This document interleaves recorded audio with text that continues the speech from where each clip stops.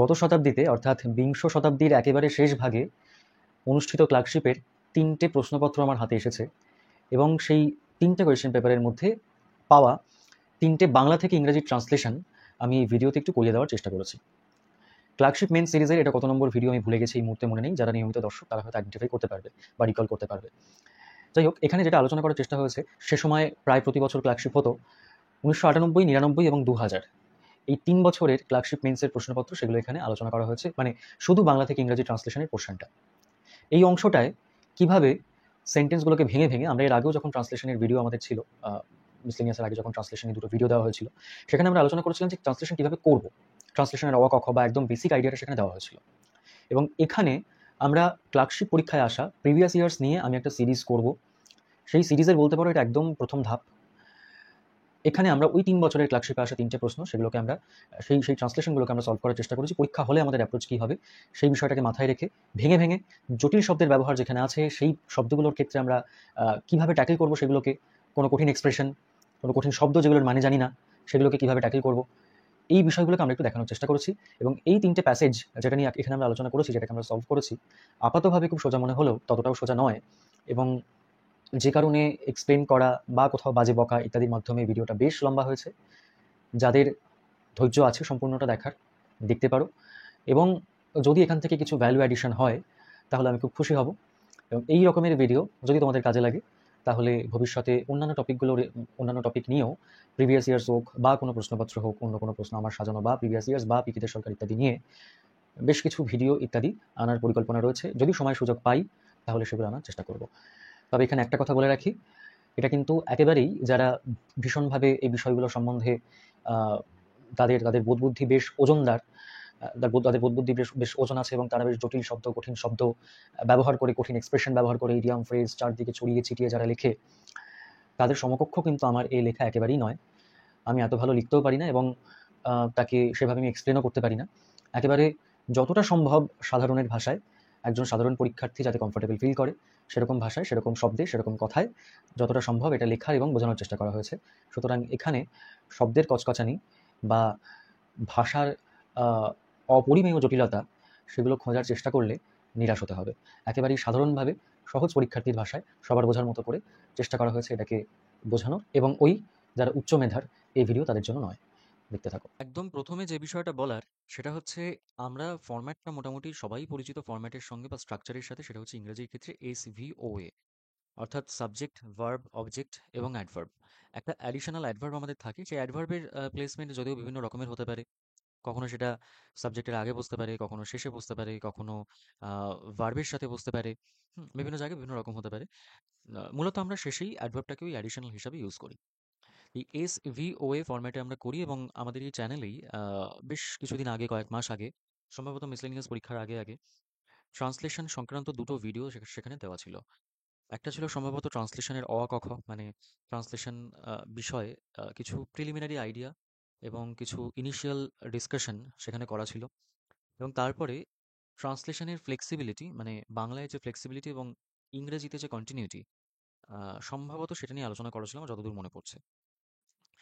তো এই দুটো বিষয়ের ভিডিও ছিল। যারা দেখোনি সেই ভিডিওগুলো, আমি বলবো যে আগে যদি ওগুলো দেখে নাও তাহলে এটা কন্টিনিউ করা, নতুন যারা তাদের পক্ষে এটা কন্টিনিউ করা সুবিধা হবে।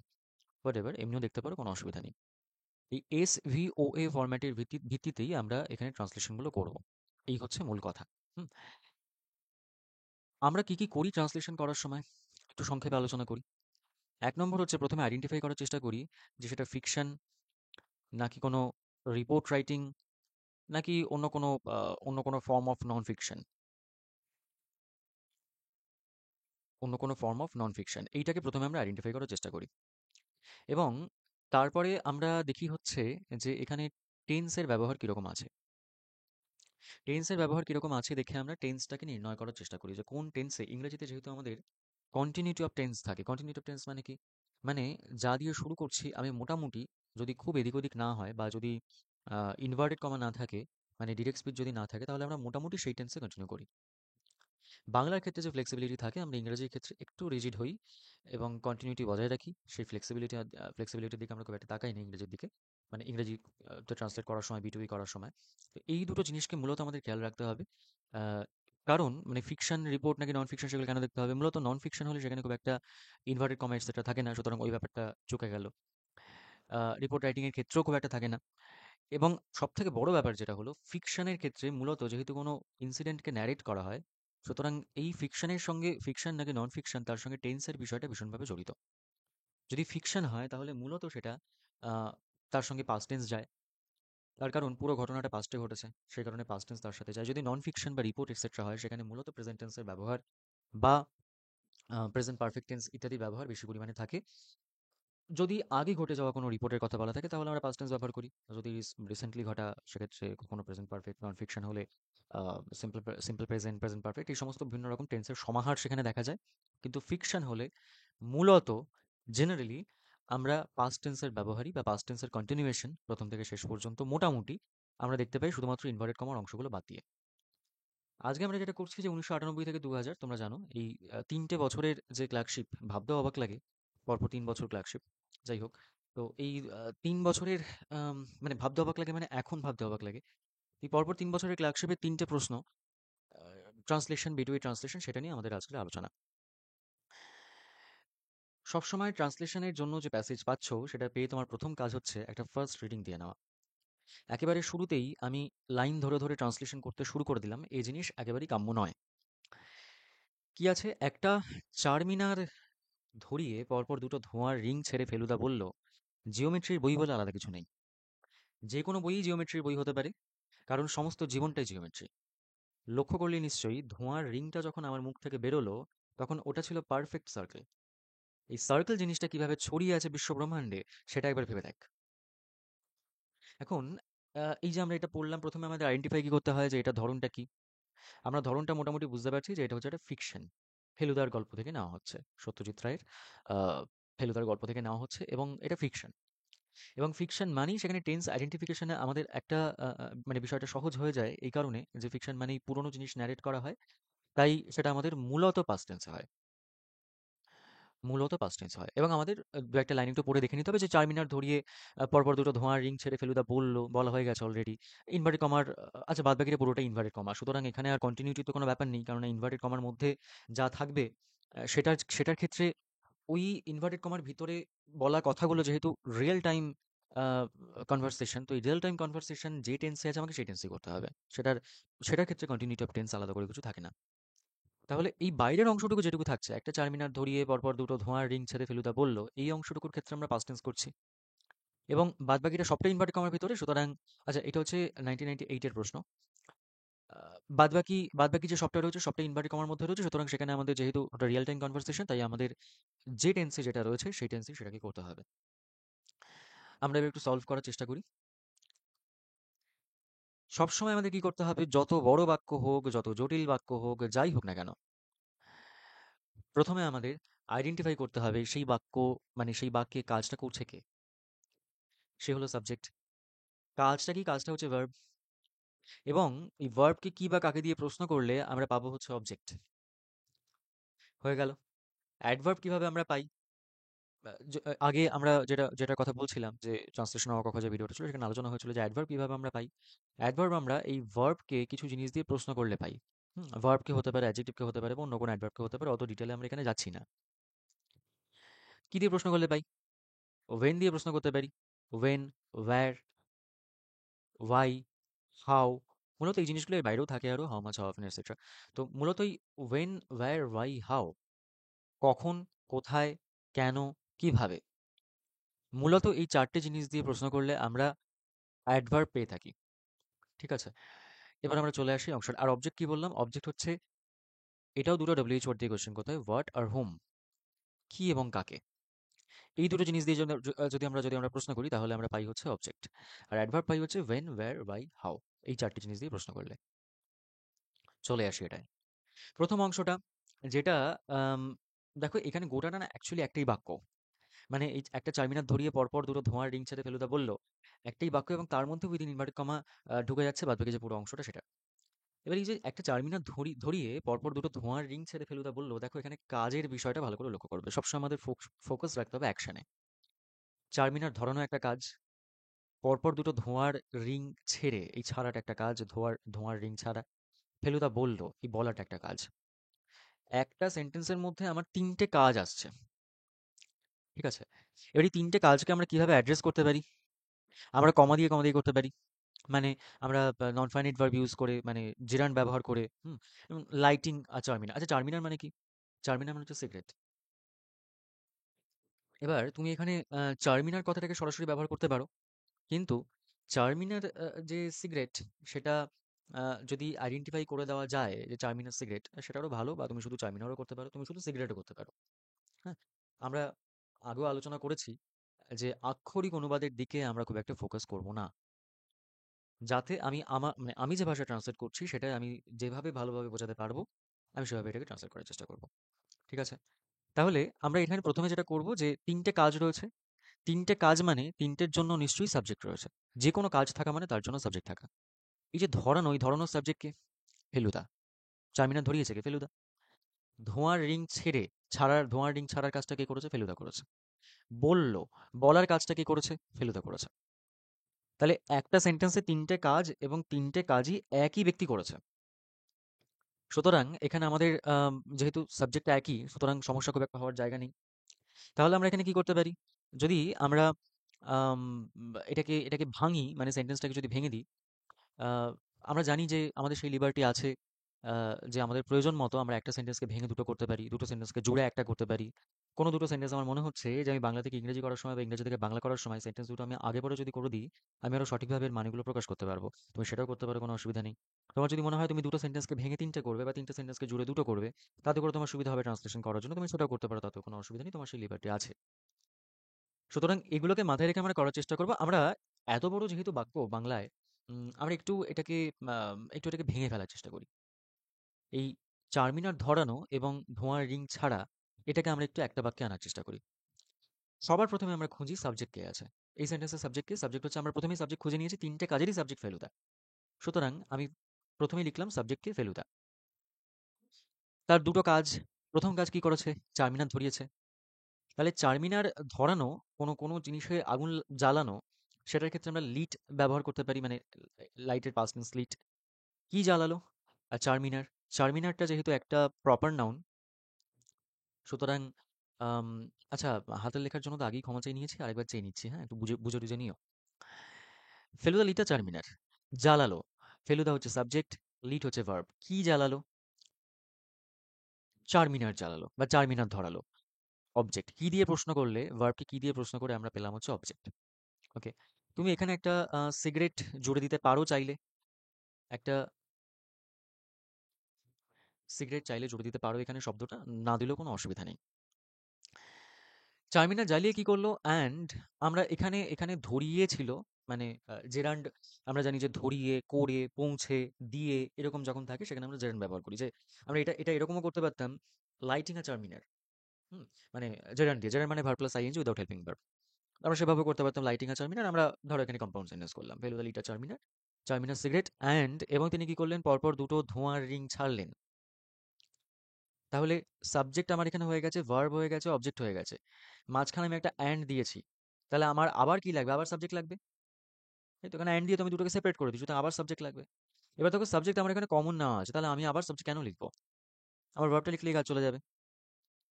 তাহলে এখানে ভার্ব কি? ধোঁয়ার রিং ছাড়া। এই ধোঁয়ার রিং যে ছাড়াটার ক্ষেত্রে কি হবে? রিলিজ হতে পারে। রিলিজড। ব্লো। ব্লো মানে কোনো কিছু ভাসিয়ে দেওয়া। সেই ব্লো থেকে ব্লিউ, মানে সরি, যেহেতু পাস্ট টেন্স, সুতরাং ব্লিউ হতে পারে।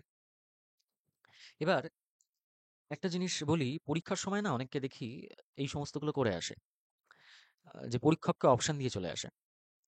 ভুলেও এগুলো করো না কখনো, পরীক্ষককে কখনো অপশন দিয়ে এসো না। হ্যাঁ, তুমি বাড়িতে যখন করছো তখন প্র্যাকটিস করার সময় দু চারটে শব্দ ভাবছো, সেগুলো নিয়ে আলোচনা করছো, ঠিক আছে। কিন্তু পরীক্ষা হলে পরীক্ষককে এইভাবে অপশন দিয়ে এসো না, যে কোনো একটা করবে।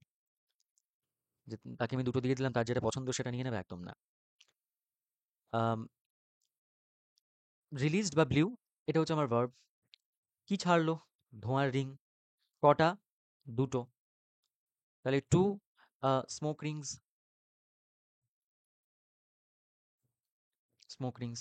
এবার এই যে বলছে পর পর দুটো, পর পর দুটো, আম, আমাদের মানে ওই যে আগেই বলা হয়েছে আক্ষরিক অনুবাদ না করলেও চলবে, কিন্তু এই বিষয়টা বোঝানোর জন্য পরপর দুটো তোমরা চাইলে, আমি সে কারণে এটা একটু অন্য কালিতে রাখছি, তোমরা চাইলেই ওয়ান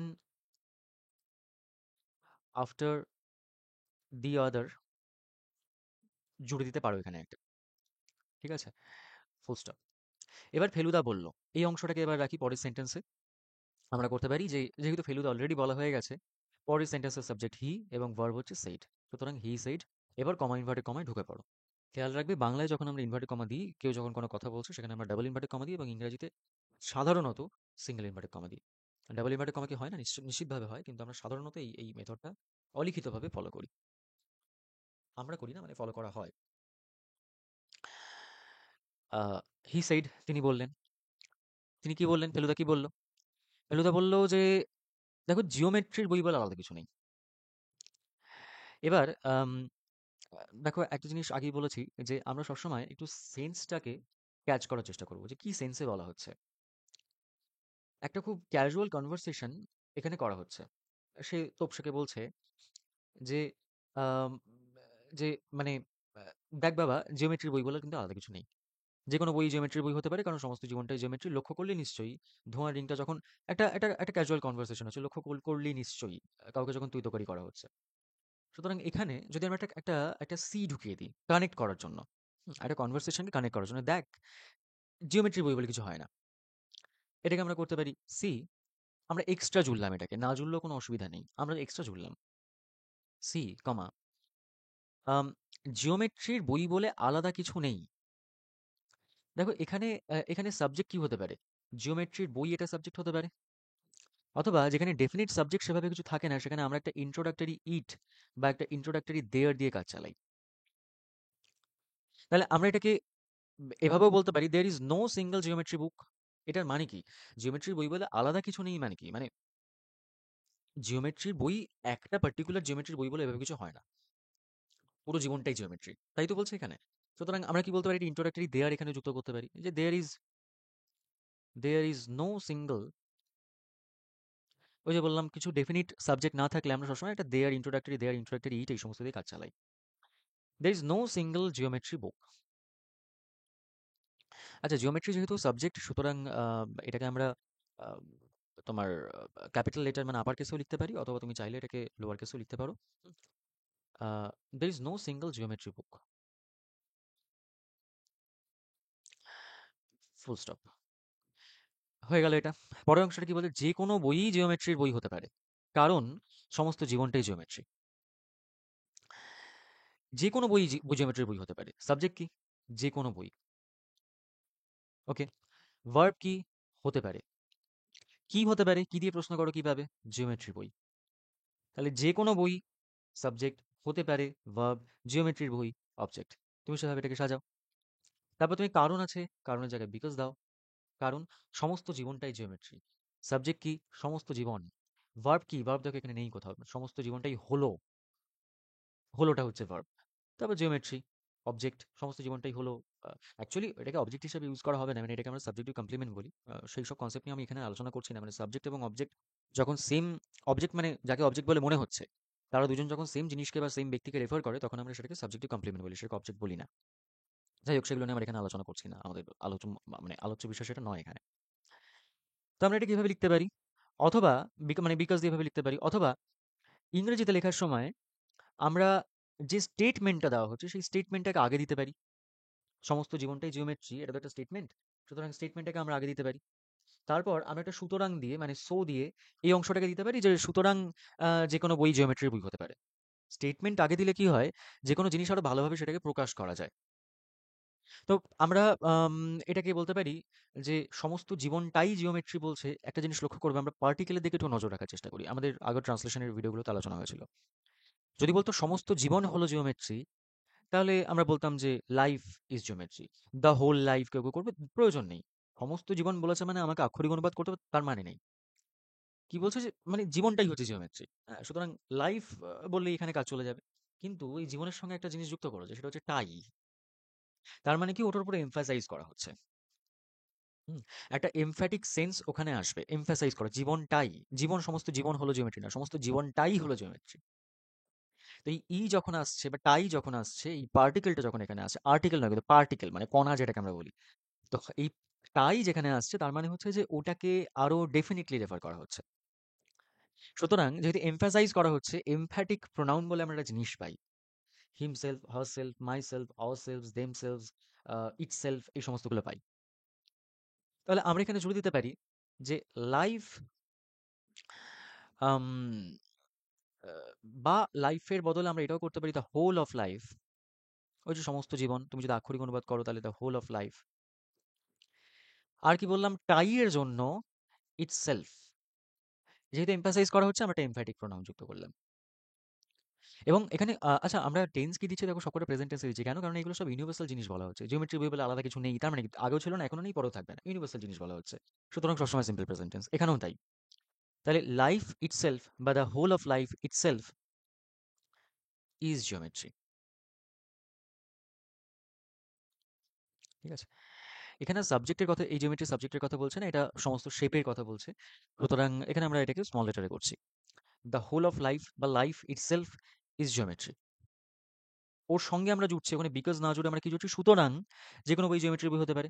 সো যে কোনো বই, হোয়াট ইজ যে কোনো বই? এনি বুক। এর বাইরে আর কি করবো, কি কায়দা করবো? আমরা জানি যে ক্লার্কশিপ মানে হচ্ছে, ক্লার্কশিপে আমরা সহজ কথায় যেটুকু বলতে পারবো কম সময়ের মধ্যে সেটুকু হচ্ছে আমাদের ক্রেডিট। ঠিক আছে? এখানে বেশি কায়দা করার জায়গা নেই। আগে বলা হয়েছে সেটা ইন্ট্রোডাকশনে। সো যে কোনো বই, এনি বুক, এনি বুক হতে পারে, হতে পারে কি? ক্যান বি, বা মানে ক্যান বি আ জিওমেট্রি বুক, বা আমরা বলতে পারি যে ক্যান টিচ ইউ জিওমেট্রি, তোমাকে জিওমেট্রি শেখাতে পারে যে কোনো বই। হুম? তো সো এনি বুক, সো এর পরে একটা কমা দিতে পারো। So any book can be a can be a geometry বুক।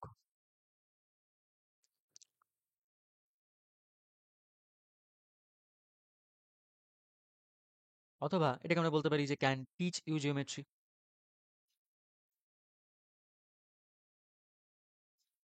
ঠিক আছে?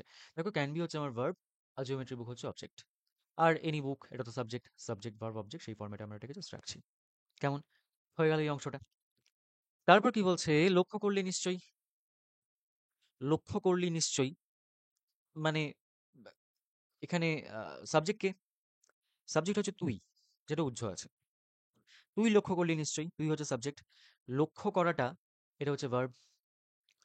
এবং কিভাবে? নিশ্চয়ই। সুতরাং এটাকে আমরা অ্যাডভার্ব হিসেবে ধরতে পারি, মানে ধরতে পারি মানে অ্যাডভার্বই হবে।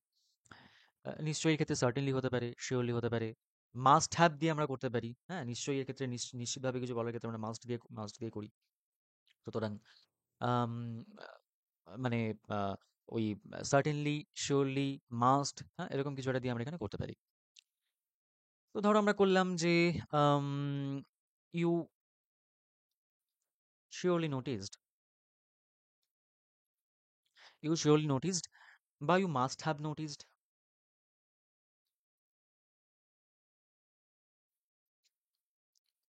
You must have noticed. You হচ্ছে আমার সাবজেক্ট, যেটা এখানে উহ্য ছিল সেই সাবজেক্টটাকে বসালাম। লক্ষ্য করা, নোটিস, সেটাকে আমরা এখানে ভার্ব হিসেবে বসালাম। ইউ মাস্ট হ্যাভ নোটিসড বা ইউ শিওরলি নোটিসড। এখানে মাঝখানে একটা হাইফেন দিয়ে, হাইফেন একটা ড্যাশ দিয়ে আছে।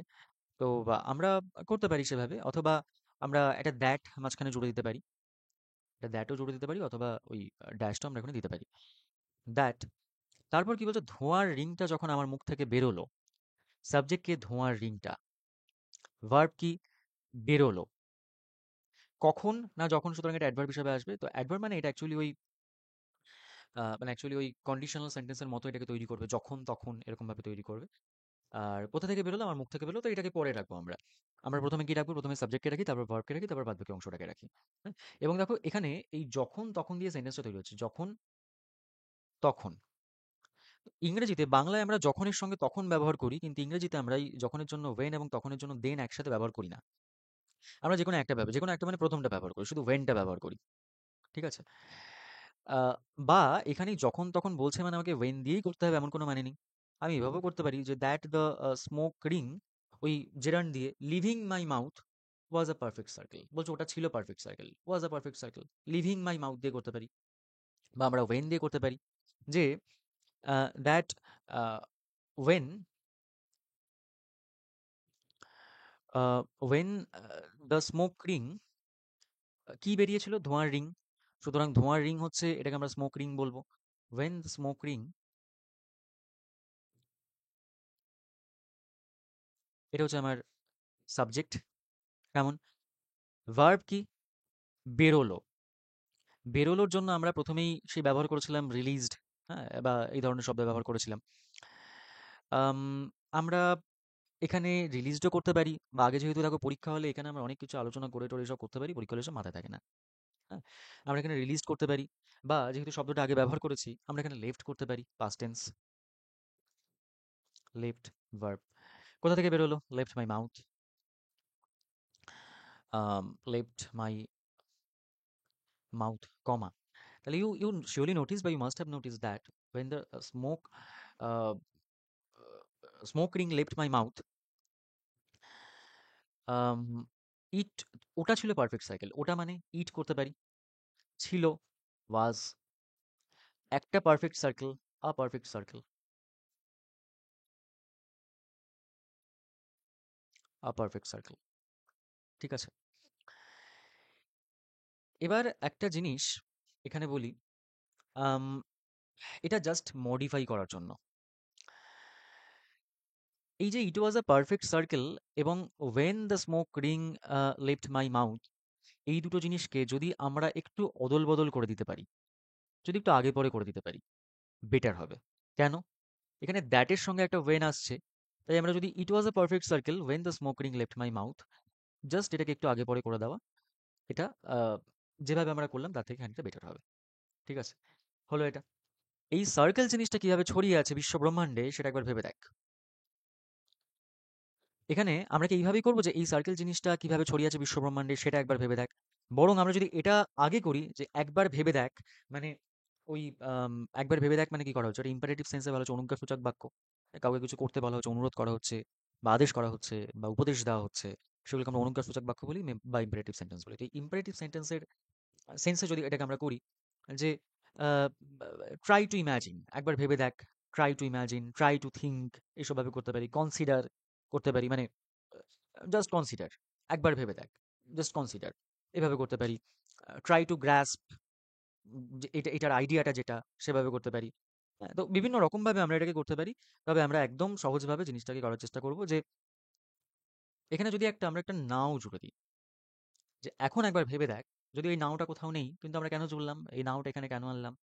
কানেক্ট করার জন্য, আগের অংশটার সঙ্গে পরের অংশটাকে কানেক্ট করার জন্য। নাও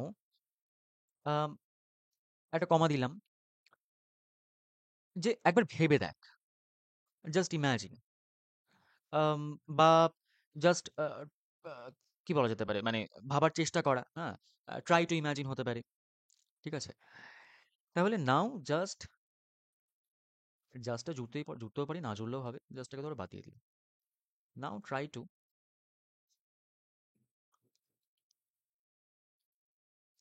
ইমাজিন কিভাবে ছড়িয়ে আছে বিশ্বব্রহ্মাণ্ডে কোন জিনিসটা, সার্কেল জিনিসটা, এইটা তো একটা আলাদা অংশ, সেটা একবার ভেবে দেখ।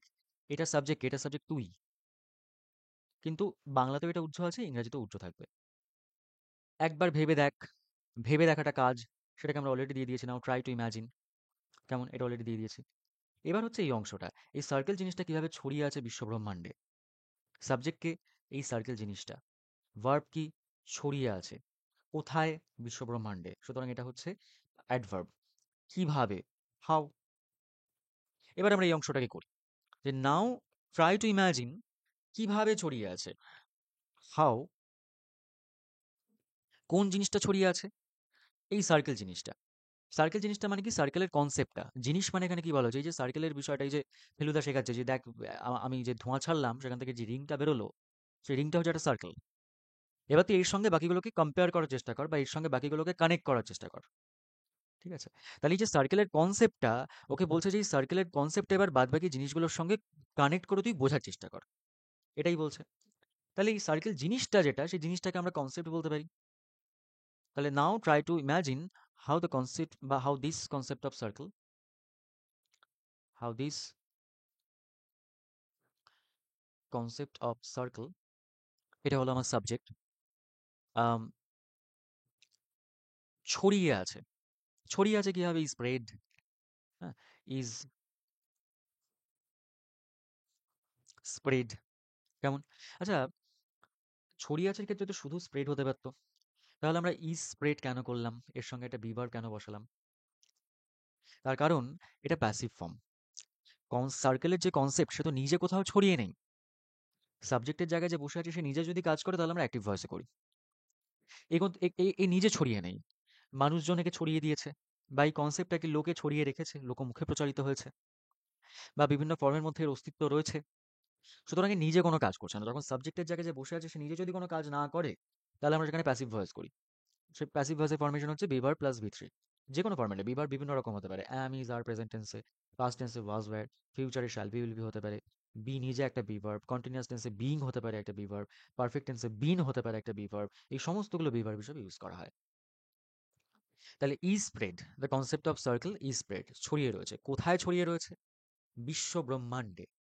বিশ্ব ব্রহ্মাণ্ড জুড়ে, কোনো একটা বড় এলাকা জুড়ে যখন কোনো কিছু ছড়ানো থাকে সেখানে আমরা থ্রু আউট প্রিপোজিশনটা ব্যবহার করতে পারি।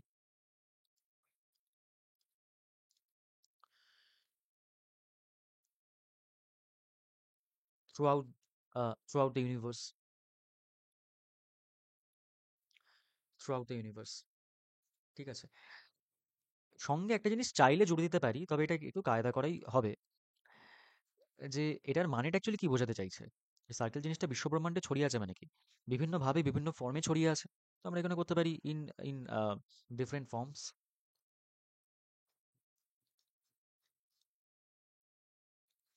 বিভিন্ন আকৃতিতে ছড়িয়ে রয়েছে, ইন ডিফারেন্ট ফর্মস জুড়ে দিতে পারি চাইলে। এটা এটা অপশনাল। একবার পুরো জিনিসটাকে পড়ে নি। Feluda lit a Terminus cigarette and released two smoke rings. He said, see, there is no single geometry book.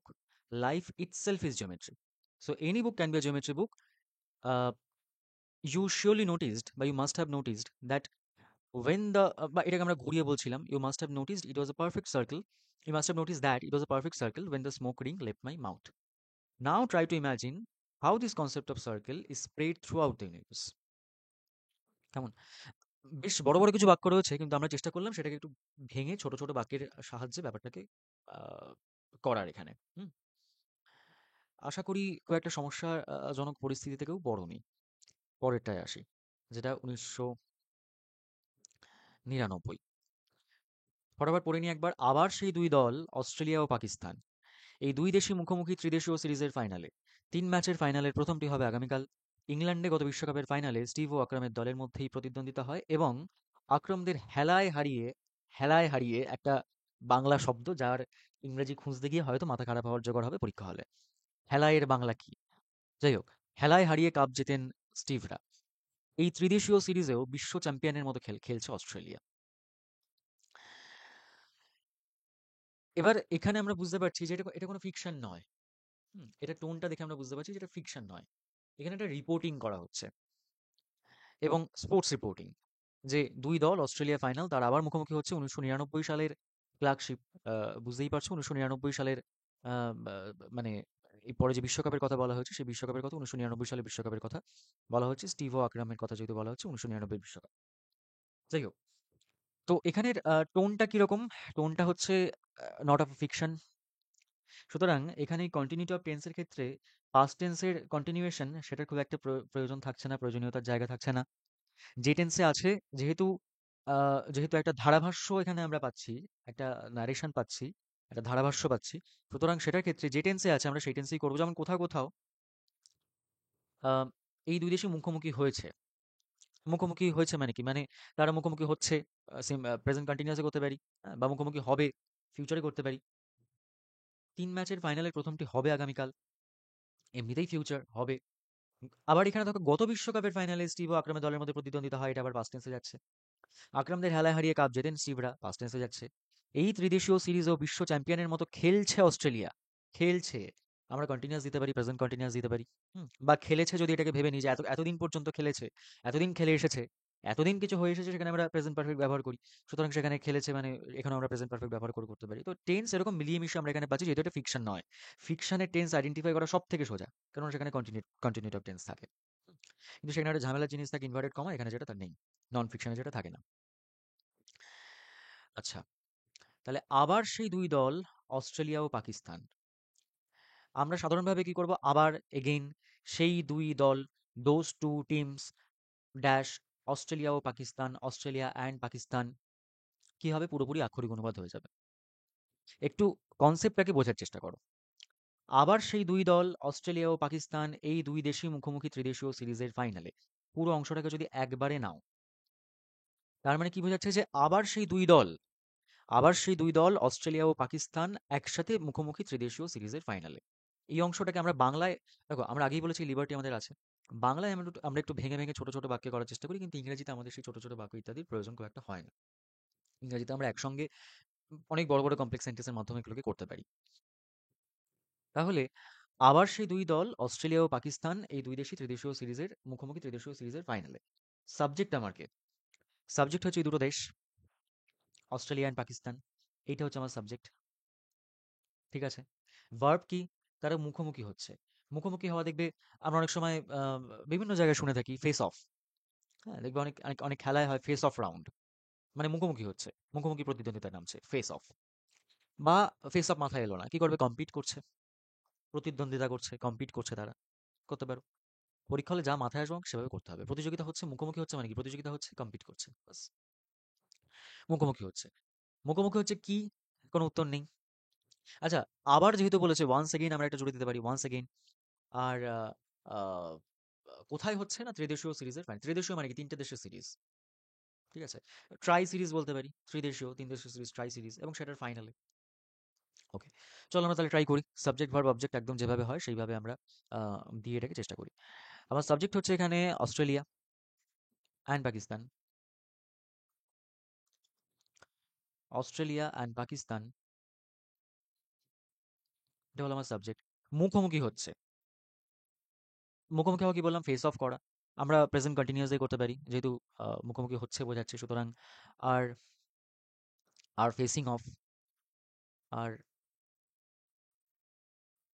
Facing off, বা ওই যে বললাম কম্পিটিং করা যেতে পারে। আবার বলা হচ্ছে যেহেতু, সুতরাং সেখানে আমরা ওয়ান্স এগেইন একটা জুড়ে দিতে পারি।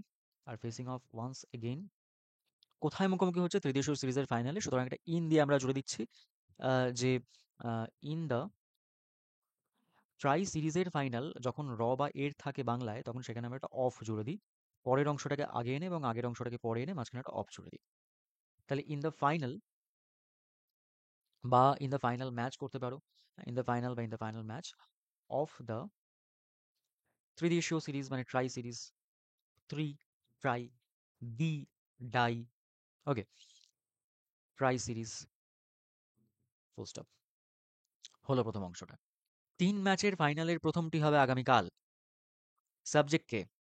সাবজেক্ট হচ্ছে এই ৩ ম্যাচের ফাইনালের প্রথমটি। দেখো এর আছে মানে আমরা কি করবো? এখানে একটা অফ করব। পরের অংশটাকে আগে দেবো, এই যে প্রথমটি, এই প্রথমটিটাকে আগে দেবো, এবং ৩ ম্যাচের ফাইনাল এই অংশটাকে পরে দেবো। কেমন? তাহলে আহ, আহ, প্রথমটি মানে দ্য ফার্স্ট। তারপরে ওই যে বললো, যেহেতু বলা হলো যেহেতু ফাইনালে এর যেহেতু আছে, সুতরাং অফ দ্য ফার্স্ট অফ, কিসের first? Of the 3 match final series.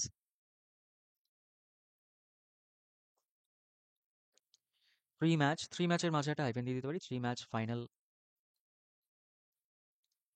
Match final series হবে আগামীকাল। হবে মানে কি? আমরা টেক প্লেস করতে পারি, মানে হবে যেহেতু ফিউচার, সুতরাং উইল টেক প্লেস করতে পারি। উইল টেক প্লেস, বা আম, এটার ক্ষেত্রে আমরা একটা ফ্রেজ ব্যবহার করি, সেটা হচ্ছে ইজ সেট। ইজ সেট, হ্যাঁ, মানে হওয়ার কথা রয়েছে যেটা, ইজ সেট। তাহলে উইল টেক, আচ্ছা এখানে একটুখানি আমি এর সঙ্গেই জুড়ে দিই, উইল টেক প্লেস টুমরো। বা আচ্ছা, টুমরোর আগে কিন্তু কোনো অন টন, কোনো মানে টুমরো যেহেতু অ্যাডভার্ব, সুতরাং তার আগে কোনো ওই প্রেপোজিশন হয় না। প্রেপোজিশন সবসময় নাউন বা প্রোনাউনের আগে হয়। যদি সানডে মানডে এসব কিছু হতো, এগুলো নাউন, সুতরাং তার আগে অন এসব ব্যবহার করা যায়। কিন্তু টুমরো যেহেতু অ্যাডভার্ব, সুতরাং তার আগে আমরা ব্যবহার করি না কোনো প্রেপোজিশন। তাহলে উইল টেক প্লেস টুমরো, বা ওই যেটা করছিলাম যে is set for tomorrow. Is set for একটা ফ্রেজ যেটা ভবিষ্যতে কোনো কিছু ডিসাইড হয়ে রয়েছে, সেটার জন্য আমরা এই ফ্রেজটাকে ব্যবহার করি। হবে আগামীকাল। হয়ে গেল এই অংশটা। ইংল্যান্ডে গত বিশ্বকাপের ফাইনালে স্টিভ ও আকরামের দলের মধ্যেই প্রতিদ্বন্দ্বিতা হয় এবং আকরামদের হেলায় হারিয়ে কাপ জেতেন স্টিভরা। প্রথম অংশটায় এসো এবং এর আগে পর্যন্ত। ইংল্যান্ডে গত বিশ্বকাপের ফাইনালে স্টিভ ও আকরামের দলের মধ্যেই প্রতিদ্বন্দ্বিতা হয়। তাহলে আমরা যদি সাবজেক্ট এখানে খুঁজি, সাবজেক্ট হচ্ছে যে স্টিভ ও আকরামের দল, আমরা এটাকে মোটামুটি সাবজেক্ট হিসেবে ইউজ করতে পারি। যে দুই দল, এইটা হচ্ছে সাবজেক্ট। এবং তারা কি করেছিল? তারা প্রতিদ্বন্দ্বিতা করেছিল। যদিও মানে বাংলায় ওভাবে সাবজেক্ট ভার্ব হিসেবে এটাকে মার্কিং করা নেই, আমরা আমাদের সুবিধার জন্য করছি। প্রতিদ্বন্দ্বিতা করেছিল, কম্পিট করেছিল, তারা রাইভাল ছিল, কম্পিট করেছিল, ফেস অফ করেছিল, যা খুশি। আহ, এটা হচ্ছে আমার ভার্ব। প্রতিদ্বন্দ্বিতা হয়েছিল। কোথায় হয়েছিল? ইংল্যান্ডে হয়েছিল। কিসের জন্য হয়েছিল? গত বিশ্বকাপের ফাইনালে হয়েছিল। ঠিক আছে? এবং আবার যেহেতু বিশ্বকাপ আছে, সরি বিশ্বকাপ এর আছে, এর যেহেতু আছে, সুতরাং ফাইনালটাকে আগে এনে বিশ্বকাপটাকে পরে এনেও করতে পারি, অথবা ওয়ার্ল্ড কাপ ফাইনাল বলেও করতে পারি। Final of the world cup বা ওয়ার্ল্ড কাপ ফাইনাল, যেটা খুশি আমরা করতে পারি, কোনো সমস্যা নেই। তাহলে আমরা এখানে এখানে সাবজেক্ট পেয়ে গেলাম, যে স্টিভ ও আকরমের দল, মানে স্টিভের দল এবং আকরমের দল, দুজনের দল। আচ্ছা, এখানে একটা জিনিস বলি।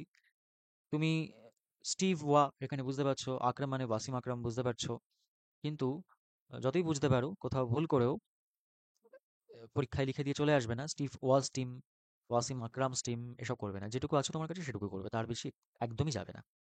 কেমন? আচ্ছা, তাহলে উম, কি বলছিলাম? হ্যাঁ, তাহলে এটা বলছে যে ইংল্যান্ডে গত বিশ্বকাপের ফাইনালে স্টিভ ও আকরামের দলের মধ্যেই প্রতিদ্বন্দ্বিতা হয়। তাহলে স্টিভস টিম অ্যান্ড আকরামস টিম, এভাবে আমরা করতে পারি। অথবা এইখানে এই সেন্টেন্সটাকে কেন বলা হচ্ছে যে ইংল্যান্ডে গত বিশ্বকাপের ফাইনালে স্টিভ ও আকরামের দলের মধ্যেই, দেখো একটা পার্টিকেল আছে, মধ্যেই প্রতিদ্বন্দ্বিতা হয়। এই যে ঘটনাটা বলছে অস্ট্রেলিয়া ও পাকিস্তান মুখোমুখি হচ্ছে, এই ঘটনাটা মনে করাচ্ছে, মনে করিয়ে দিচ্ছে এই যে আকরামের দলের মধ্যে প্রতিদ্বন্দ্বিতা হয়েছিল গত বিশ্বকাপে, সেটাকে মনে করিয়ে দিচ্ছে। তাহলে আমরা চাইলে এখানে এটা জুড়ে দিতে পারি যে ইট রিমাইন্ডস অফ, এটা মনে করাচ্ছে ইংল্যান্ডে গত বিশ্বকাপের ফাইনাল, যেখানে স্টিভ ও আকরামের দলের মধ্যে প্রতিদ্বন্দ্বিতা হয়, এরকম ভাবে করতে পারে। বা নর্মালি স্টিভস টিম অ্যান্ড আকরামস টিম, তারা ফেসড অফ, হ্যাঁ, বা তারা তারা তারা কম্পিট করেছিল, হ্যাঁ, আহ, যেখানে যেখানে ওই ইংল্যান্ডে গত বিশ্বকাপের ফাইনাল, এভাবে নর্মালি করতে পারো। আমরা ধরো একটু রিমাইন্ডস দিয়ে করলাম, যে দিস রিমাইন্ডস, এটা রিমাইন্ড করাচ্ছে, এটা মনে করাচ্ছে অফ দ্য গত বিশ্বকাপের ফাইনাল, মানে লাস্ট যে ওয়ার্ল্ড কাপ হয়েছিল, of the last world cup. আচ্ছা, ওয়ার্ল্ড কাপটাকে আমরা ক্যাপিটালি করবো, হ্যাঁ, ওয়ার্ল্ড কাপ একটা ট্রফির নাম। World cup final held in England, where, যেখানে, যেখানে কি হয়েছিল, এবার সাবজেক্টে চলে এসো, স্টিভ এবং আকরামের টিমের মধ্যে। তাহলে স্টিভের টিম এবং আকরামের টিম, ঠিক আছে? তাহলে বা আমরা করতে পারি যে teams led by Steve and Akram, আমরা সেভাবে করতে পারি। বা ধরো সহজ কথায় করছি, ওয়্যার স্টিভস টিম। আর এই শব্দগুলোর ক্ষেত্রে, যেগুলোর ইংরেজি বানান হয়তো জানো না, বা বানানোর ক্ষেত্রে সমস্যা রয়েছে, যেটা জানো, উচ্চারণ দেখে যেটা মনে হচ্ছে তুমি সেভাবেই করে আসবে। মাথা ব্যথার খুব একটা প্রয়োজন নেই এটা নিয়ে। তাহলে ওয়্যার স্টিভস টিম, মুখোমুখি হওয়া কি বলতে পারি? ফেস অফ একবার বলা হয়েছে, তাহলে আমরা কনফ্রন্টেড করতে পারি। ঠিক আছে? কনফ্রন্ট মানে মুখোমুখি হওয়া বা প্রতিদ্বন্দ্বিতা করা, সেটাকে তোমরা কনফ্রন্ট করতে পারি। ধরো আমরা কনফ্রন্টেড করলাম স্টিভস টিম, বা বা আমরা আরো মানে এভাবেও করতে পারি যে স্টিভের টিম এবং আকরামের টিম, দুটো টিমের কথাই বলে দিলাম সাবজেক্ট হিসাবে, স্টিভস টিম অ্যান্ড আকরামস টিম। তারা কি করেছিল না, আহ, মানে তারা ফিল্ডে নেমেছিল, বা তাদের মধ্যে প্রতিদ্বন্দ্বিতা হয়েছিল। তো ওই দুটোকে একসঙ্গে করতে পারি, বা স্টিভস টিম কনফ্রন্টেড আকরামস টিম, এভাবে করতে পারি। বা আরো একটা সহজ কথাই বলি, যে এদের মধ্যে প্রতিদ্বন্দ্বিতা হয় এবং আকরামদের হেলায় হারিয়ে, হেলায় হারানো মানে কি? হেলায় হারানো মানে হচ্ছে খুব সহজে হারিয়ে দেওয়া, এফোর্টলেসলি হারিয়ে দেওয়া, ইজিলি হারিয়ে দেওয়া।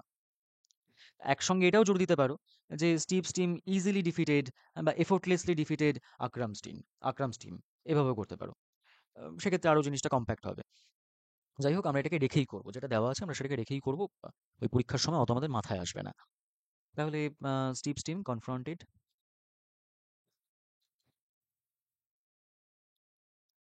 বা মেট দিয়েও করতে পারি। মেট প্লেড এগেইনস্ট, সহজ কথায় যদি আমরা করি, প্লেড এগেইনস্ট আকরামস টিম। আচ্ছা, এখানে তো একবার টিম বলেছি, স্টিভের টিম বলেছি, তো আকরামের টিম না করে আমরা ধরো করে দিলাম আকরামস সাইড। কেমন? স্টিভের team mate, confronted, played against Akram side, and মাঝখানে অ্যান্ড আছে, অ্যান্ড দিয়ে যুক্ত করলাম, অ্যান্ড সাবজেক্টকে আবার এই যে কাপ জেতেন স্টিভরা, সাবজেক্ট হচ্ছে এখানে অলরেডি বলা হয়েছে সাবজেক্ট স্টিভের টিম। হ্যাঁ, এটা হচ্ছে আমার এখানে সাবজেক্ট, কনফ্রন্টেড হচ্ছে ভার্ব, কাকে কনফ্রন্ট করেছিল? আকরামের টিমকে। ঠিক আছে, সুতরাং এখানে সাবজেক্টটা নতুন করে দেওয়ার প্রয়োজন নেই, যেহেতু এটা কমন নেওয়া আছে, স্টিভের টিম সাবজেক্ট কমন নেওয়া আছে। তারা হারিয়ে দিয়েছিল। আমরা এফোর্টলেসলি ডিফিটেড করতে পারি, বা secured and almost effortless victory সেভাবেও করতে পারি, জিতেছিল, এফোর্টলেসলি জিতেছিল সেভাবে করতে পারি। যে কোনো রকম ভাবে অনেক রকম কায়দা করা যায়, খুব সহজ কথায় চেষ্টা মানে করার চেষ্টা করবে। হেলায় হারানো মানে কি? এফোর্টলেসলি কিছু একটা করা। হেলায় মানে হচ্ছে একেবারে কোনো এফোর্ট না দিয়ে। তাহলে effortlessly, and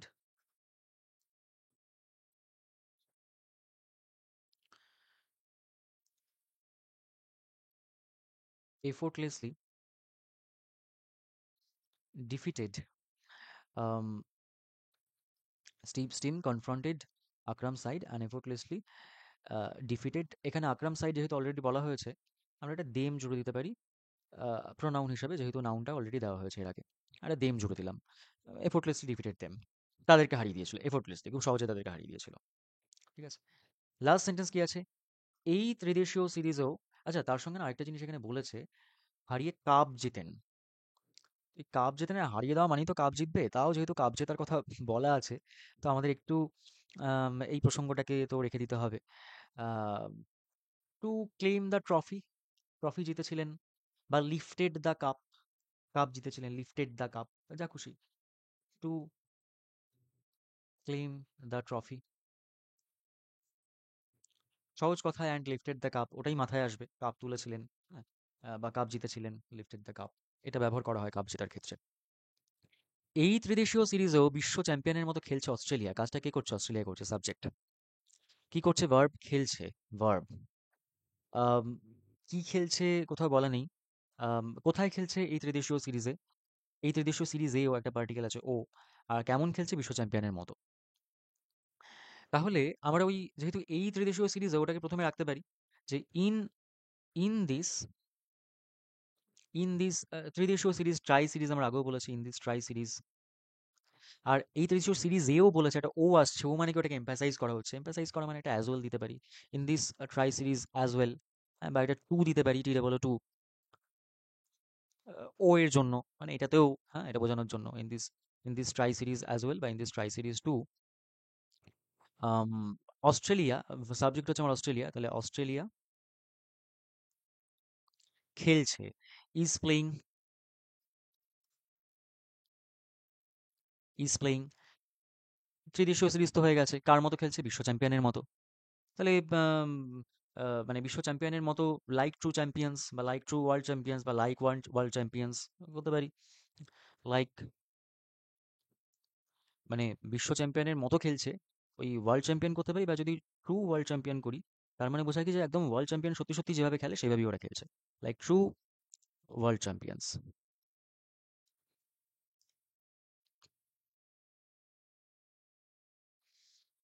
like true world champions.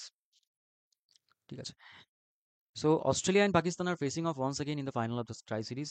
The first of the three match final series will আচ্ছা three match in the final of the tri series বলছে, হ্যাঁ ফাইনাল সিরিজ, ঠিক আছে, three match final series will take place tomorrow by set for tomorrow. This reminds of the last World Cup final held in England, where Steve's team confronted by mate but played against Akram's side and effortlessly defeated them to claim the trophy. In this tri series as well, but two, Australia is playing like true world champions. ঠিক আছে, আমরা চেষ্টা করলাম মোটামুটি সহজ কথায় যেটুকু করা যায়। চলো, আম, এটা গেল 1999। নেক্সট 2000 সাল, 2000 সালের ক্লার্কশিপ একবার ফটাফট পড়ে নিই। রবীন্দ্রনাথ বাংলার সর্বশ্রেষ্ঠ কবি। শুধু বাংলার কেন, তিনি সর্বদেশের ও সর্বকালের শ্রেষ্ঠ কবিদের মধ্যে অন্যতম। 1913 সালে সাহিত্য চর্চার প্রধান পুরস্কার নোবেল প্রাইজ পাইয়া তিনি বাংলা সাহিত্যকে বিশ্ব সাহিত্যের দরবারে উন্নীত করেন। 1901 সালে নোবেল বৃত্তির স্থাপনা হইতে আরম্ভ করিয়া আজ পর্যন্ত শ্রেষ্ঠ সাহিত্যিক এই পুরস্কার লাভ করিয়াছেন। বৃত্তিধারীদের ইতিহাস যিনি লিখিয়াছেন, তিনি স্বীকার করিয়াছেন যে রবীন্দ্রনাথের কাব্যের প্রেরণা সর্বাপেক্ষা সর্বজনীন ও প্রাদেশিকতা দোষ বর্জিত। এখানেও আমরা বুঝতে পারছি যে এটা কোনো ফিকশন নয়, নন ফিকশন। এটা হচ্ছে একটা নন ফিকশন। সুতরাং এখানেও আমাদের এই পাস্ট টেন্সের যে সিলসিলা, মানে কন্টিনিউটি যেটা বজায় থাকে পাস্ট টেন্স পুরোটা জুড়ে, সেটাও এখানে চলবে না। যেভাবে আছে, যেমন রবীন্দ্রনাথ বাংলার সর্বশ্রেষ্ঠ কবি, সুতরাং বর্তমান সময়ে নিরিখে আমি বলছি যে সর্বশ্রেষ্ঠ কবি। সহজ কথা এখানে আমরা বলে দিই যে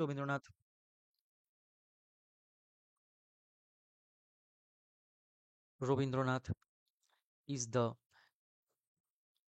গ্রেটেস্ট পোয়েট অফ বেঙ্গল। সহজ কথা, রবীন্দ্রনাথ বাংলার সর্বশ্রেষ্ঠ কবি। রবীন্দ্রনাথ হলেন, রবীন্দ্রনাথ সাবজেক্ট, হলেন এখানে নেই, হলেনটা দেওয়া হলো তার জন্য ইজ, রবীন্দ্রনাথ হলেন বাংলার সর্বশ্রেষ্ঠ কবি। বাংলার যেহেতু মানে এর যেহেতু আসছে, সুতরাং অফ আসবে, তাহলে সর্বশ্রেষ্ঠ কবিটা আগে চলে যাবে, বাংলারটা পরে চলে যাবে। সর্বশ্রেষ্ঠ সবার থেকে সেরা, দ্য গ্রেটেস্ট পোয়েট অফ, এর যেহেতু আসছে অফ আসবে, বাংলা বেঙ্গল আসছে, হয়ে গেল Rabindranath is the greatest poet of Bengal, হয়ে গেল। কিন্তু তারপরে আসছে দেখো, শুধু বাংলার কেন, শুধু বাংলার কেন, তিনি সর্বদেশের ও সর্বকালের শ্রেষ্ঠ কবিদের মধ্যে অন্যতম। তাহলে কেনর জন্য কি আমরা আসবো যে হোয়াই অনলি বেঙ্গল, শুধু বাংলা কেন, হোয়াই অনলি বেঙ্গল, আক্ষরিক অনুবাদ হয়ে যাচ্ছে, প্রয়োজন নেই। আমরা কি করতে পারি, আমরা দুটোকে না একসঙ্গে জুড়ে দিতে পারি। রবীন্দ্রনাথ বাংলার সর্বশ্রেষ্ঠ কবি, শুধু বাংলার কেন, তিনি সর্বদেশের ও সর্বকালের শ্রেষ্ঠ কবিদের মধ্যে অন্যতম। আমরা দুটোকে জুড়ে দিয়ে করলাম যে রবীন্দ্রনাথ শুধু বাংলার সর্বশ্রেষ্ঠ কবি নন, তিনি হচ্ছেন মানে তাছাড়াও তিনি বাট অলসো তিনি সর্বদেশের ও সর্বকালের শ্রেষ্ঠ কবিদের মধ্যে অন্যতম।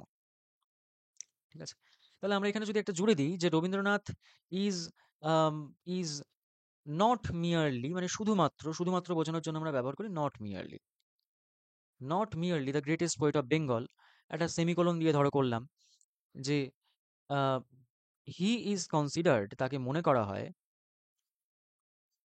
পরের অংশটা কি, তিনি সর্বকালের শ্রেষ্ঠ কবিদের মধ্যে অন্যতম, তাহলে সাবজেক্ট তিনি, হি ব্যবহার করা হলো, তিনি হলেন, হলেনটা উজ্জ্ব আছে তার জন্য ইজ ব্যবহার করা হলো, তিনি হলেন মানে তাকে মনে করা হয়, কনসিডার ব্যবহার করতে পারি, বা শুধু হি ইজ দিয়েও করা যেতে পারে।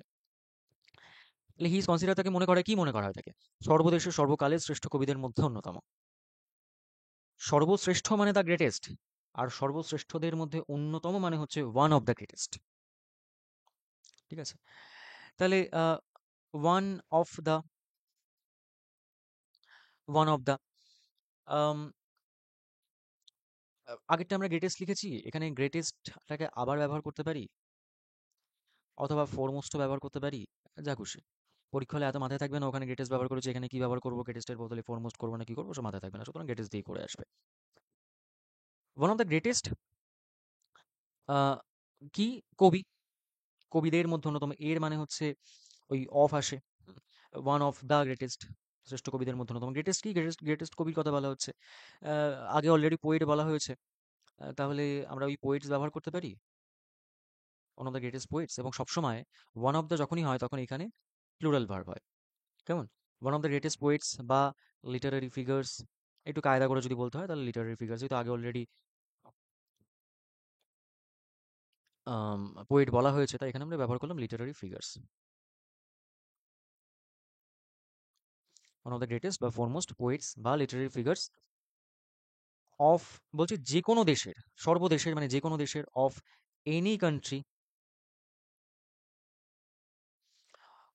এবং সর্বকালের, অর এনি এরা, বা অ্যান্ড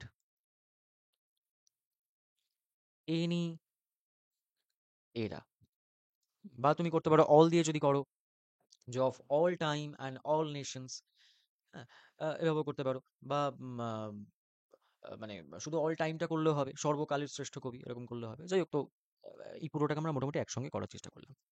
1913 সালে সাহিত্য চর্চার প্রধান পুরস্কার নোবেল প্রাইজ পাইয়া তিনি বাংলা সাহিত্যকে বিশ্ব বিশ্ব সাহিত্যের দরবারে উন্নীত করেন। সাবজেক্টকে তিনি, কাজ কি কি হচ্ছে এখানে, একটা হচ্ছে পেয়ে নোবেল পুরস্কার পেয়েছেন, এবং বিশ্ব সাহিত্যের দরবারে, বাংলা সাহিত্যকে বিশ্ব সাহিত্যের দরবারে উন্নীত করেছেন। দুটো কাজ আমরা এখানে পাচ্ছি, একটা হচ্ছে পেয়ে, মানে পেয়েছেন, আর একটা হচ্ছে উন্নীত করেছেন। তাহলে পেয়েছেন কি হতে পারে, যে হি ওয়াজ অ্যাওয়ার্ডেড, তাকে অ্যাওয়ার্ড করা হয়েছিল, বা তিনি তিনি হি হি ওয়ান, তিনি জিতেছিলেন, এভাবে করতে পারি আমরা, যা খুশি, রিসিভড করতে পারি, কেমন। আম, তাহলে 1913 সালে, 1913 সালে হচ্ছে ইন 1913, অ্যাডভার্বটা কখন, 1913 সালে অ্যাডভার্বটা প্রথমে আছে, আমরা অ্যাডভার্বটাকে প্রথমেই রাখলাম, ইন 1913 তিনি পুরস্কার পেয়েছেন, সাবজেক্ট আসবে প্রথমে, হি, কি পুরস্কার পেয়েছেন? Nobel prize. আচ্ছা, প্রথমে তো ভার্বটা আসবে, পাওয়া। পাওয়ার ক্ষেত্রে আমরা যে বললাম রিসিভ করতে পারি, অ্যাওয়ার্ডেড করতে পারি। হ্যাঁ, এবার অ্যাওয়ার্ডেড করতে গেলে আমি শুধু অ্যাওয়ার্ডেড করবো না, হি ওয়াজ অ্যাওয়ার্ডেড করতে হবে। কেন ওয়াজ অ্যাওয়ার্ডেড করতে হবে? অ্যাওয়ার্ডেড মানে কি? অ্যাওয়ার্ডেড মানে হচ্ছে কাউকে সম্মান দেওয়া। এবার এই হিটা, এটা তো সাবজেক্ট। সাবজেক্ট কি এখানে নিজে কাজ করছে? মানে তিনি কি সম্মান দিয়েছেন? না, তিনি পেয়েছেন। তাহলে তিনি তো কোনো কাজ করেননি, তাকে অন্য কেউ এসে দিয়ে গেছে। তাহলে সাবজেক্ট যখন কাজ করছে না, তখন সেটা কোনোভাবেই অ্যাক্টিভ ভয়েস হবে না, প্যাসিভ ভয়েস হবে। ঠিক আছে? তাহলে প্যাসিভ ভয়েস যখনই হবে, B verb plus V three. Awarded হচ্ছে ভি থ্রি, আর ওয়াজটা হচ্ছে বি ভার্ব, দুটো এখানে চলে এলো, হি ওয়াজ অ্যাওয়ার্ডেড। কেমন? তাহলে ইন 1913 হি ওয়াজ অ্যাওয়ার্ডেড। কি কি পেয়েছিলেন? ওয়াজ অ্যাওয়ার্ডেড হলো ভার্ব। এবার অবজেক্ট আসবে। অবজেক্ট হচ্ছে কি পেয়েছিলেন? না, নোবেল বৃত্তি পেয়েছিলেন। সরি, এখানে আছে নোবেল প্রাইজ। নোবেল প্রাইজ পেয়েছিলেন। এবং নোবেল প্রাইজটার কথা কি বলছে? যে সাহিত্য চর্চার প্রধান পুরস্কার। তাহলে আমরা বলতে পারি যে দ্য প্রেস্টিজিয়াস হিসেবে বলতে পারি, বা নোবেল প্রাইজের সঙ্গে একসঙ্গে জুড়ে দিতে পারি যে Nobel prize, Nobel prize in literature, হ্যাঁ, বা Nobel prize, the most prestigious prize in literature, বা ফর লিটারেচার, এটা আমরা জুড়ে দিতে পারি, যা খুশি। তো একেবারেই আক্ষরিক অর্থেই করতে হবে এমনটা তো নয়। সুতরাং আমরা he was awarded the prestigious Nobel prize for literature, এটা করতে পারি। In 1913 he was awarded the prestigious, বা যেহেতু বলছে যে সর্বশ্রেষ্ঠ প্রধান পুরস্কার, সুতরাং দ্য মোস্ট প্রেস্টিজিয়াস করতে পারি, অ্যাওয়ার্ডেড দ্য মোস্ট প্রেস্টিজিয়াস। কারণ এটা হচ্ছে সুপারলেটিভ ডিগ্রি, সব থেকে বেশি হলে সুপারলেটিভ হয়। দ্য মোস্ট এবং সুপারলেটিভ ডিগ্রি আগে দা হয়, তাহলে দ্য মোস্ট প্রেস্টিজিয়াস। নোবেল বানান খেয়াল রাখবে, এনও বিএল নোবেল হচ্ছে নোবেল পুরস্কার, এবং এনও বিএলই নোবেল হচ্ছে মহান বা মহৎ সেগুলো। আহ, কি বলছিলাম? নোবেল প্রাইজ, নোবেলের এন ক্যাপিটাল, প্রাইজের পি ক্যাপিটাল, যেহেতু একটা পুরস্কারের নাম, নোবেল প্রাইজ ফর লিটারেচার। আচ্ছা, এখানে একটা এবং দিয়েছে, বা প্রাইজ পেয়ে বলেছে, প্রাইজ পাইয়া। আমরা পাইয়া ওই জেরান্ড তো এখানে ব্যবহার করিনি, যে রিসিভিং, হ্যাঁ, বা বিইং অ্যাওয়ার্ডেড, এসব তো ব্যবহার করিনি। তাহলে আমরা অ্যান্ড দিয়ে করি, কম্পাউন্ড সেন্টেন্স করে দিই, কি অসুবিধা আছে? অ্যান্ড বাংলা সাহিত্যকে বিশ্ব সাহিত্যের দরবারে উন্নীত করেন। কাজটা কে করেছে? রবীন্দ্রনাথ করেছেন। সুতরাং হি আমার সাবজেক্ট অলরেডি আছে। ভার্ব কি হবে? উন্নীত করেন। উন্নীত করেন মানে কি? উন্নীত করেন মানে দেখো, এলিভেট করা হতে পারে, এলিভেট, উন্নীত করা। বা এটাকে একটু ঘুরিয়ে আমি এটাও বলতে পারি যে তিনি বাংলা সাহিত্যকে পৌঁছে দিয়েছেন বিশ্বের দরবারে। ঠিক আছে? পৌঁছে দেওয়া বা নিয়ে যাওয়া, সেটাকে আমরা ব্রিং, খুব সহজ একটা শব্দ, সেখান থেকে ব্রট করতে পারি, যে অ্যান্ড ব্রট, পৌঁছে দিয়েছেন বা নিয়ে গেছেন, ব্রট করতে পারি। কাকে নিয়ে গেছেন? অবজেক্ট কি? কাকে নিয়ে গেছেন? বাংলা সাহিত্যকে, বেঙ্গলি লিটারেচার।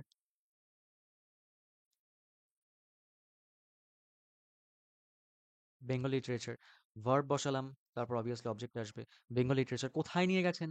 বিশ্ব সাহিত্যের দরবারে। কোনো একটা জায়গায় যাওয়ার ক্ষেত্রে আমরা টু প্রিপোজিশনটা ব্যবহার করি, তাহলে to, broad Bengali literature to, to the world stage. ঠিক আছে? টু দ্য,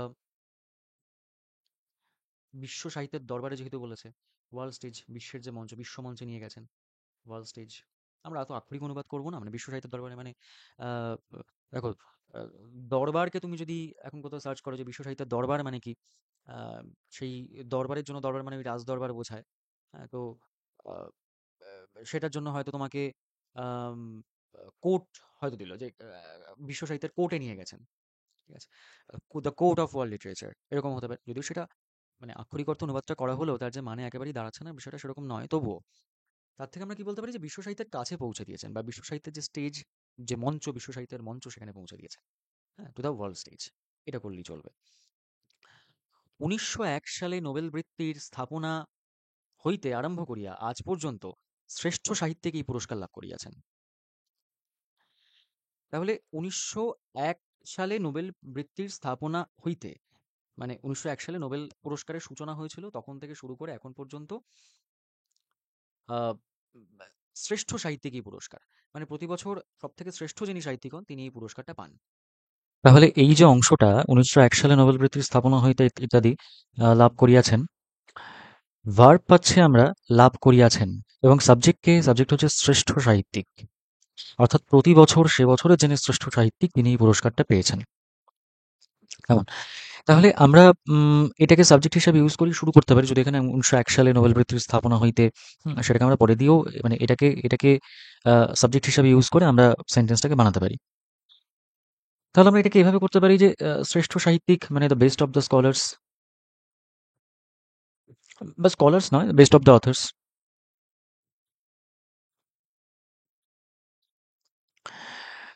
এটা হলো the best of the authors, এটা হলো আমার সাবজেক্ট এখানে। The best of the authors এটা হচ্ছে সাবজেক্ট। তারা পেয়েছেন, তারা এই পুরস্কার লাভ করেছেন। পেয়েছেন কি হতে পারে? আগে আমরা কি করেছি? আগে ওয়াজ অ্যাওয়ার্ডেড করেছি, এখানে করেছি ওয়াজ অ্যাওয়ার্ডেড। আবার বলছি, একই জিনিস কি করা যাবে না, একই শব্দ কি ব্যবহার করা যাবে না, এমন কোনো ব্যাপার নেই। তুমি নিশ্চিতভাবে একই জিনিস ব্যবহার করতে পারো। কিন্তু আমরা যখন এখন এই বাড়িতে বসে শান্ত মাথায় যখন করছি, তখন আমরা চেষ্টা করব একটু কত রকমভাবে মডিফিকেশন করা যায়, কোথায় কি কি ইম্প্রোভাইজেশন করা যায়, সেগুলো আমরা একটু করার চেষ্টা করবো যখন বাড়িতে বসে করছি। পরীক্ষা হলে এত কিছু মাথায় আসবে না। তাহলে আম, এখানে আমরা যখন ওয়াজ অ্যাওয়ার্ডেড করছি, আমরা এখানে হ্যাভ রিসিভড করতে পারি। হ্যাভ রিসিভড, আচ্ছা, আই এর ডটটা ভি এর মাথায় বসে গেছে। Have received this award, have received হচ্ছে তারা পেয়েছেন, সুতরাং ভার্ব। কি পেয়েছেন? দিস অ্যাওয়ার্ড, এটা হচ্ছে অবজেক্ট। কবে পেয়েছেন? ১৯০১ সাল থেকে। ১৯০১ সালে নোবেল বৃত্তির স্থাপনা হইতে আরম্ভ করিয়া, তার মানে সেই প্রথম থেকে এখনো পর্যন্ত তারাই পেয়ে চলেছেন। তাহলে the best of the authors, সব থেকে যারা যারা বেস্ট অথার, তারা have received this award since, কবে থেকে? ১৯০১ সাল থেকে। তাহলে সিন্স 1901, যখন নোবেল বৃত্তির স্থাপনা হয়েছে। ওয়েন, যখন এটার স্থাপনা হয়েছে। আচ্ছা, স্থাপনা কি হতে পারে? স্থাপনা এস্টাবলিশ হতে পারে। এবার এই এস্টাবলিশটা কখন আমরা জেনারেলি ইউজ করি? যখন ধরো কোনো প্রতিষ্ঠানের কথা বলা হচ্ছে যে এই প্রতিষ্ঠানটা সেটা এস্টাবলিশ হয়েছে। এখানে আমরা নোবেল প্রাইজের ক্ষেত্রে বলতে পারি, অসুবিধা কিছু নেই। বা সহজ কথায় যদি আমাদের কিছুই না মনে থাকে, সরাসরি স্টার্ট দিয়ে কাজ চালাও। স্টার্ট একটা সহজ ভার্ব, সেটা দিয়ে কাজ চালাও। এস্টাবলিশ কি বললাম? কোনো প্রতিষ্ঠান বা কিছুর ক্ষেত্রে এস্টাবলিশ ব্যবহার করা যেতে পারে, এটার ক্ষেত্রে করা যেতে পারে। কিন্তু আমরা যদি আরেকটা শব্দ এখানে আমরা পাই, সেটা হচ্ছে কনস্টিটিউট। কোনো অ্যাওয়ার্ড বা এই ধরনের কোনো জিনিসপত্র যখন শুরু করা হয়, সেটাকে আমরা কনস্টিটিউট বলি। হ্যাঁ? তাহলে সিন্স 1901, ওয়েন দ্য অ্যাওয়ার্ড দিয়েও করতে পারি বা ইট দিয়েও করতে পারি, যেহেতু অ্যাওয়ার্ডের কথা অলরেডি বলা হয়েছে। ওয়েন দ্য অ্যাওয়ার্ড বা ইট ওয়াজ কনস্টিটিউটেড। ঠিক আছে? যখন এটা কনস্টিটিউট করা হয়েছিল। আরেকটা কথা কি বললাম? ওই যে যদি আমরা প্র্যাকটিক্যালি ভাবতে চাই, তাহলে এই সমস্ত মাথায় আসবে না। তখন আমরা সহজ কথায় স্টার্ট দিয়েও কাজ চালাতে পারি।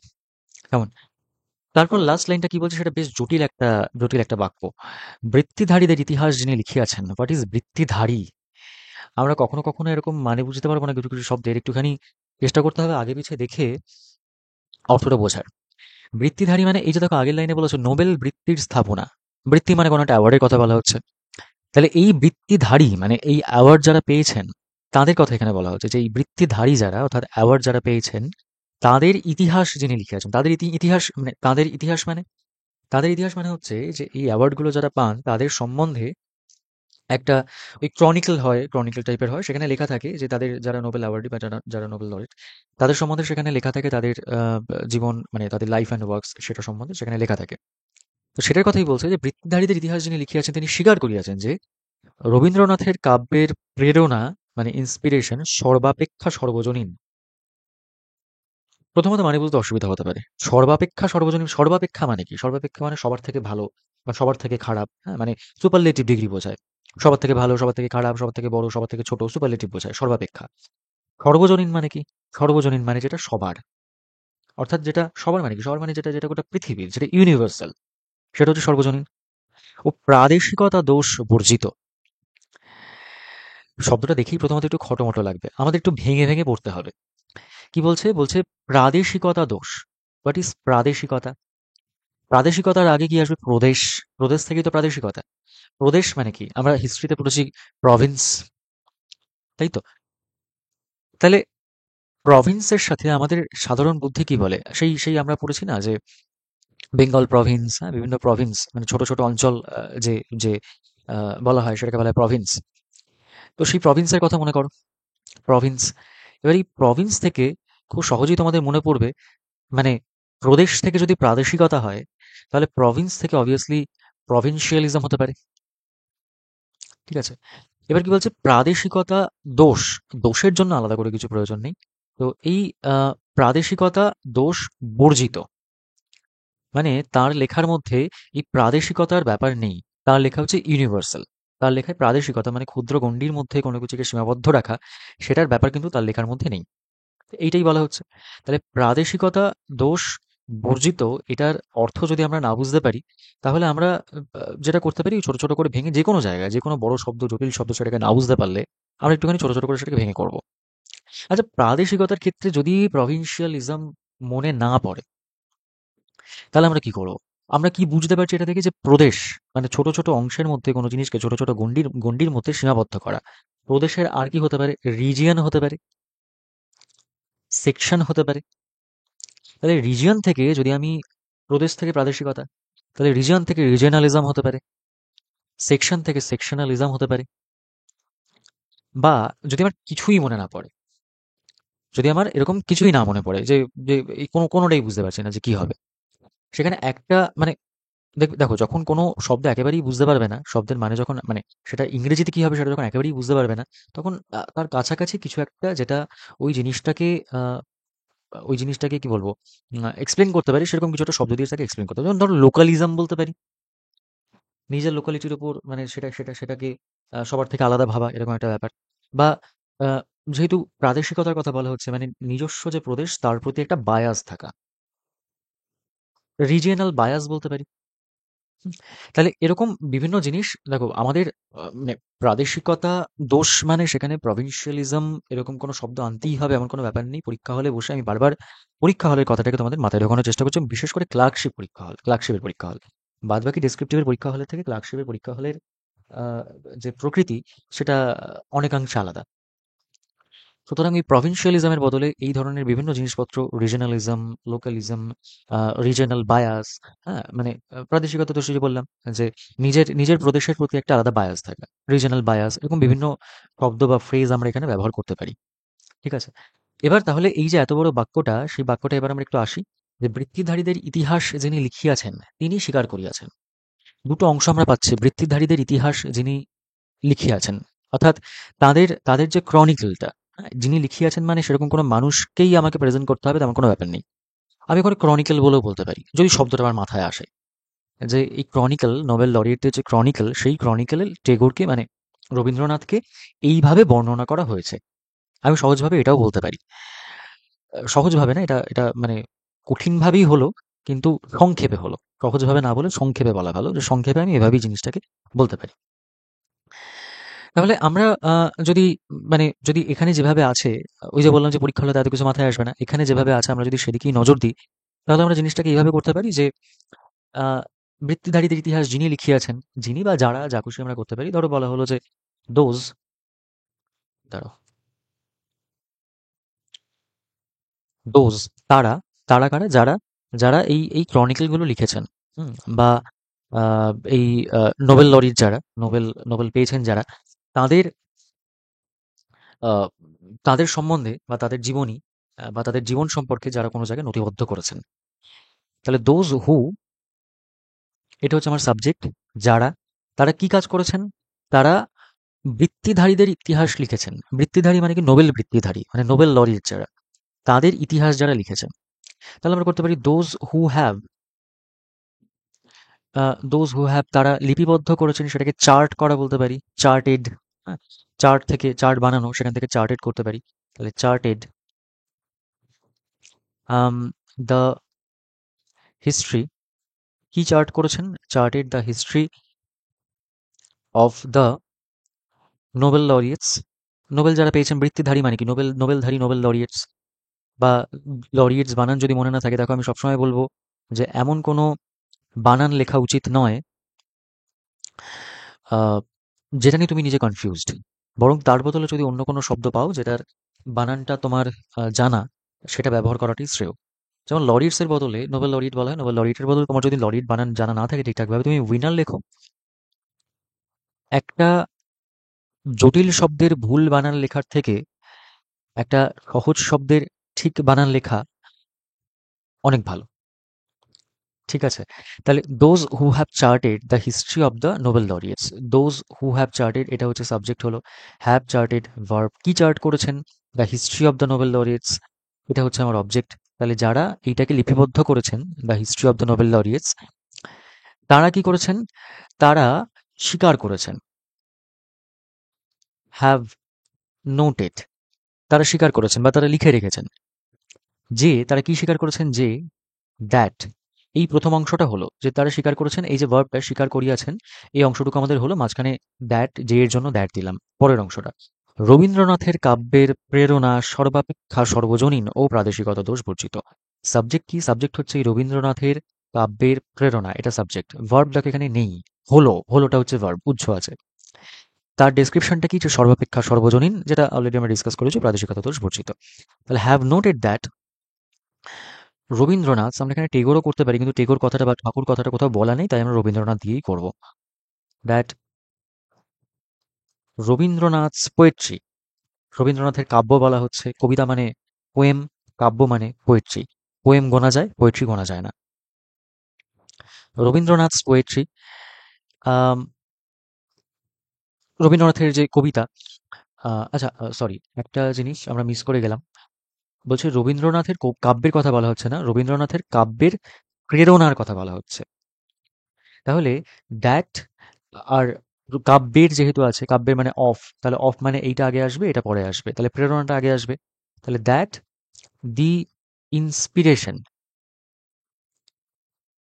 দ্যাট দি ইন্সপিরেশন, ইন্সপিরেশন করতে পারি আমরা, এস্থেটিক করতে পারি। এস্থেটিকটা একটু অন্যরকমের শব্দ হচ্ছে, তবুও সরাসরি যদি করতে হয় তাহলে আমরা ইন্সপিরেশন করলাম। That the inspiration of Rabindranath poetry is, সেটা সর্বাপেক্ষা সর্বজনীন। তাহলে সর্বজনীন মানে কি? ইউনিভার্সাল। সর্বাপেক্ষা মানে ওই যে তোমার সুপারলেটিভ ডিগ্রি, তাহলে আমরা দ্য মোস্ট ইউনিভার্সাল করতে পারি, দ্য মোস্ট ইউনিভার্সাল। বা আচ্ছা, আমি ধরো এটা করি, দ্য মোস্ট, সুপারলেটিভ যেহেতু সর্বাপেক্ষা, সুতরাং দ্য মোস্ট দিয়ে করতে পারি। আর সর্বাপেক্ষা সর্বজনীন মানে কি? মানে সবার থেকে আলাদাভাবে। হুম? সুতরাং আমরা এটাকে দ্য মোস্ট ইউনিভার্সাল যেমন করতে পারি, তেমন ইউনিকলি ইউনিভার্সাল করতে পারি, এক্সেপশনালি ইউনিভার্সাল করতে পারি। তাহলে দ্য মোস্ট বা এক্সেপশনালি, এই যে পরবর্তী যে শব্দটা লিখলাম সেটাকে একটু কায়দা করার জন্য লিখলাম, আর কিছু না। হ্যাঁ, তোমরা পরীক্ষা হলে দ্য মোস্ট ব্যবহার করবে, কারণ এক্সেপশনালি মাথায় আসবে না। তাহলে সর্বজনীন মানে ইউনিভার্সাল, সবার জন্য ইউনিভার্সাল।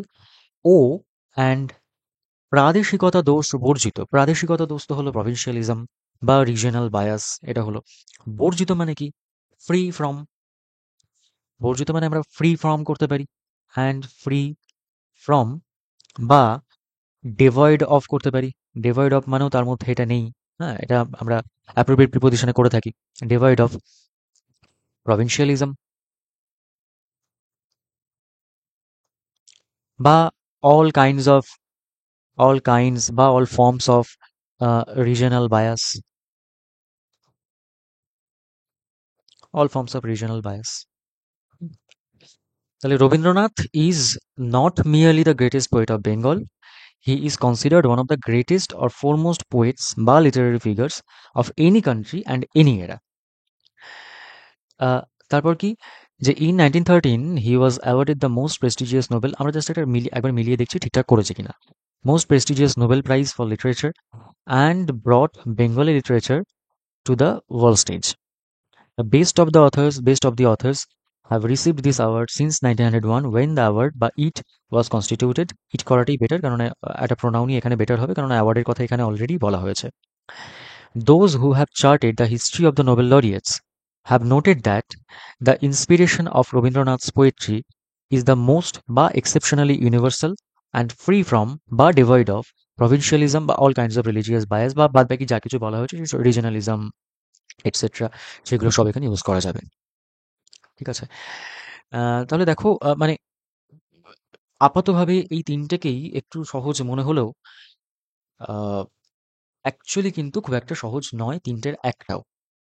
হুম? মাঝে বেশ কিছু পচা শামুক-টামুক রয়েছে ট্রান্সলেশনগুলোর মধ্যে। শেষে আবার বলছি, আমি চেষ্টা করেছি এমন কোনো শব্দ এখানে ব্যবহার না করার, আ যেগুলো একেবারে অপরিচিত বা কখনো শোনোনি, এমন কোনো শব্দ ব্যবহার না করারই চেষ্টা করেছি। মানে এবং কঠিন শব্দ বা জটিল শব্দ যদি থাকে বাংলার ক্ষেত্রে সেটাকে কিভাবে ট্যাকেল করবে সেটাকেও খানিকটা একটু বলে দেওয়ার চেষ্টা করেছি।